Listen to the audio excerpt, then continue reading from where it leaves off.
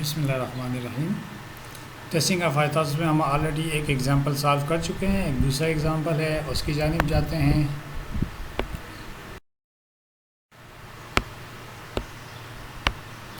तो यहाँ देखिए एग्जांपल है, the marks obtain by students at large number of colleges are known to be normally distributed with mean 25.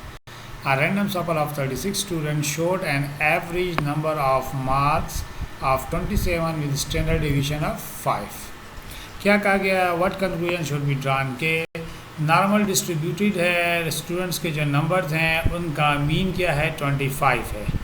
कहा गया है उनसे सैम्पल लिया गया है 36 स्टूडेंट्स का, जिसका एवरेज यानी सैम्पल मीन 27 है और सैम्पल का स्टैंडर्ड डेविएशन यानी S 5 है। तो what conclusion should be drawn? क्या हम कह सकते हैं कि ये सैम्पल उसी पॉपुलेशन का है जिसका मीन 25 है या नहीं है? तो स्टेप के टेस्टिंग ऑफ हाइपोथेसिस के वही 6 स्टेप्स हैं। पहला स्टेप होता है फार्मूलेशन ऑफ हाइपोथेसिस। तो फार्मूलेशन ऑफ हाइपोथेसिस में आप देखें जनाब, यहाँ पे लिखा है कि मीन ऑफ 25, तो हम लिखते हैं नल हाइपोथेसिस में कि mean is equal to 25 versus alternate hypothesis में होगा इसका अपोजिट, इक्वल का अपोजिट होता है नॉट इक्वल टू 25। अच्छा, नेक्स्ट आपके पास है सेकंड स्टेप होता है सिग्निफिकेंस लेवल अल्फ़ा। अल्फ़ा आपको गिवन नहीं है सवाल में, इसलिए हम खुद से 5% यूज़ कर रहे हैं।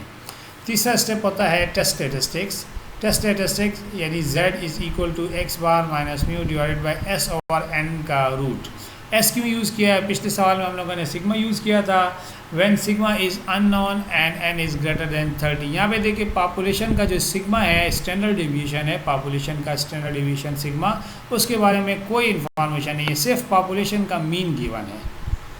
जबकि ये जो स्टैंडर्ड डेविएशन गिवन है ये सैंपल का है कि उसका मीन और सैंपल का स्टैंडर्ड डेविएशन। तो पॉपुलेशन का सिग्मा यानी स्टैंडर्ड डिवीजन के बारे में कोई इन्फॉर्मेशन नहीं है, इसलिए वो अननोन है। जब सिग्मा अननोन हुआ तो हम देखते हैं सैंपल साइज़ हमारे पास कितना है, ग्रेटर देन 30 है, इसलिए हम z यूज़ करें x बार minus mu over s over n का रूट। चौथा स्टेप है कंप्यूटेशन। तीसरे स्टेप में जो स्टेप लिखा है उसको फुल करना है, उसको कैलकुलेट करना है। n is equal to sample size 36 दिया गया है, सैंपल मीन जो है x बार 27 है और सैंपल स्टैंडर्ड डिवीजन यानी s जो है आपके पास 5 है, जबकि मीन जो है आपको यहाँ दिया गया है पॉपुलेशन का वो 25 है। तो इन तमाम इन्फॉर्मेशन को इस फार्मूले में पुट कर दें। पुट करने के बाद जब आप सॉल्व करेंगे तो z का रिज़ल्ट आ जाता है 2.40। तो z स्टैटिस्टिक्स का रिज़ल्ट आ गया 2.40। अब आप क्या करते हैं जनाब, क्रिटिकल रीजन 5 स्टेप की जानिब जाते हैं। 5 step critical region always depend on alternate hypothesis. यहाँ पे अल्टरनेट लिखा है mu does not equal to 25, तो वही चीज़ यहाँ पे भी लिखा है mu does not equal to 25। इसका मतलब ये है कि डज नॉट इक्वल टू का मतलब होता है टू टेल टेस्ट है। सो अल्फ़ा आपको यहाँ दिया गया था 5%, अल्फ़ा 5% है तो उसको अल्फ़ा बाई 2 कर लें।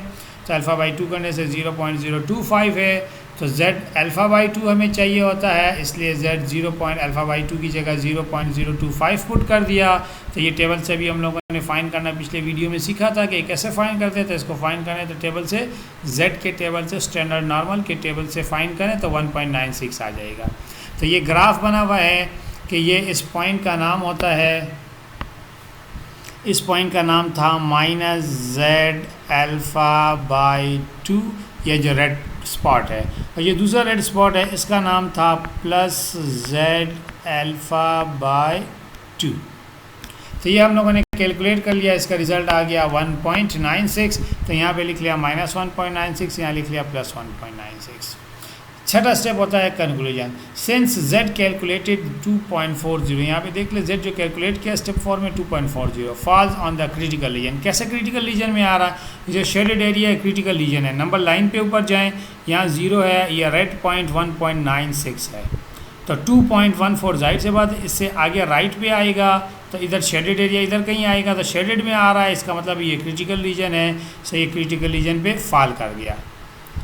सो we reject the null hypothesis. अगर ये वाइट एरिया में लाई करता तो हम इसको एक्सेप्ट करते हैं, तो हम अपने हाइपोथेसिस को रिजेक्ट करते हैं और हम कहते हैं there is no sufficient evidence the population mean is 25, कि हमारे पास ऐसा कोई एविडेंस नहीं है कि पॉपुलेशन का मीन 25 है आपके पास।